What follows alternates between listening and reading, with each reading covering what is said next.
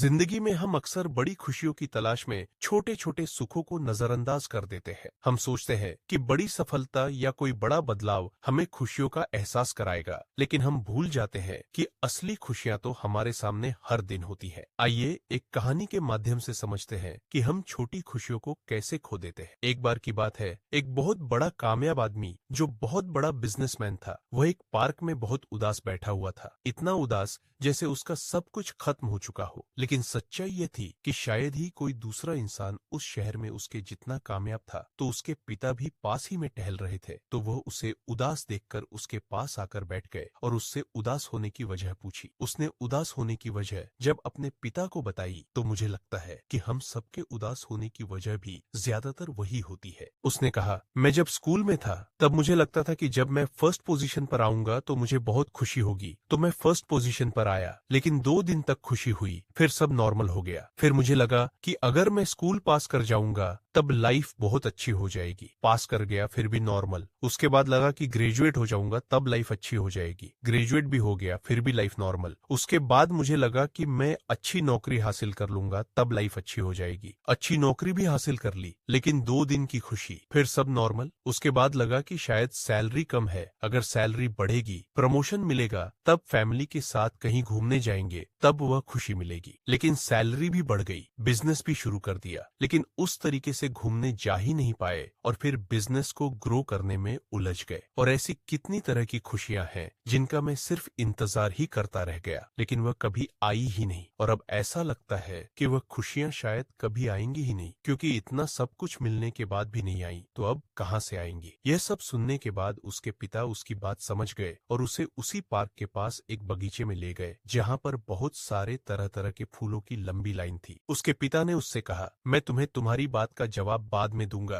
पहले इधर आओ और एक काम करो। ये जो फूलों की लाइन है, तुम्हें इसके साइड से चलना है और इन फूलों में से सबसे अच्छा दिखने वाला फूल तोड़कर लाना है। लेकिन एक शर्त है कि इस पूरी लाइन में तुम पीछे मुड़कर नहीं देख सकते हो और ना ही तुम पीछे वापस आ सकते हो, सिर्फ आगे देख सकते हो और आगे ही बढ़ सकते हो। अब उस आदमी ने उन फूलों की लाइन के साइड से चलना शुरू किया। बहुत सारे अच्छे अच्छे फूल उन फूलों की लाइन में लगे हुए थे, अलग अलग रंग के, अलग अलग खुशबू। तो वह आदमी जब भी किसी फूल को तोड़ने के बारे में सोचता तो उसे लगता कि शायद आगे अभी बहुत लंबी लाइन लगी हुई है, इससे भी सुंदर और इससे भी बढ़िया फूल आगे मिल जाएगा। तो इसलिए वह उस फूल को छोड़कर वहां से आगे बढ़ जाता। अब वह पीछे जा नहीं सकता था और आगे लाइन छोटी होती जा रही थी। तो ऐसा करते करते वह उस लाइन के एंड में पहुंच गया, जहां पर थोड़े ही फूल थे और उनमें से भी ज्यादातर मुरझाए हुए थे। अब उसके पास कोई ऑप्शन नहीं था उन्हीं मुरझाए हुए फूलों में से एक फूल तोड़ने के अलावा। तो एंड में उसने वही किया। उन्हीं मुरझाए हुए फूलों में से उसने एक फूल तोड़कर अपने पिता के पास ले गया और उनको पूरी बात बताई। पिताजी, मैं लाना तो सबसे अच्छा फूल चाहता था, लेकिन मुझे यह डर था कि अगर मैं शुरू में ही यह समझकर कोई भी फूल तोड़ लूं कि वह सबसे अच्छा फूल है, तो आगे आने वाले इससे भी अच्छे फूल छूट न जाए। उस चक्कर में मैं आगे बढ़ता चला गया और एंड में मेरे हिस्से में यही फूल आया। सारी बात सुनने के बाद उसके पिता ने उसे समझाया और कहा, मान लो यह फूलों की लाइन तुम्हारी जिंदगी की तरह है और यह जो छोटे छोटे फूल है, ये जिंदगी की खुशियां हैं, जिनको तुम सबसे अच्छे फूल की तलाश में नजरअंदाज करते चले गए और एंड में सबसे अच्छे फूल की जगह तुम यह मुरझाया हुआ फूल लेकर आए हो। यही वही चीज है जो हम हमारी जिंदगी में भी करते हैं। बहुत बड़ी खुशी की तलाश में हम छोटी छोटी खुशियों को इग्नोर करते चले जाते हैं। किसी बहुत बड़ी कामयाबी के इंतजार में, परफेक्शन के इंतजार में छोटी छोटी अपॉर्चुनिटी को मिस करते चले जाते हैं। और जब यह समझ में आने लगता है कि सारे अच्छे फूल तो पीछे ही छूट गए, तब तक शायद बहुत देर हो चुकी होती है। इस कहानी से हमें यह सीखने को मिलता है कि बड़ी सफलता की तलाश में हमें छोटे खुशियों को कभी न छोड़ना चाहिए। असली खुशियां वही हैं जो हम अपने रोज के जीवन में पा सकते हैं। इसलिए अगली बार जब आप किसी छोटी खुशी को महसूस करें तो उसे पूरा जी भर के अपनाएं। अगर आपको इस तरह की और प्रेरणादायक कहानियां पसंद आती हैं तो हमारे चैनल को सब्सक्राइब करना न भूलें। मैं फिर से मिलूंगा एक और नई कहानी के साथ। तब तक के लिए धन्यवाद और हमेशा खुश रहे। सब्र करो, शुक्र करो और जिंदगी में आगे बढ़ो।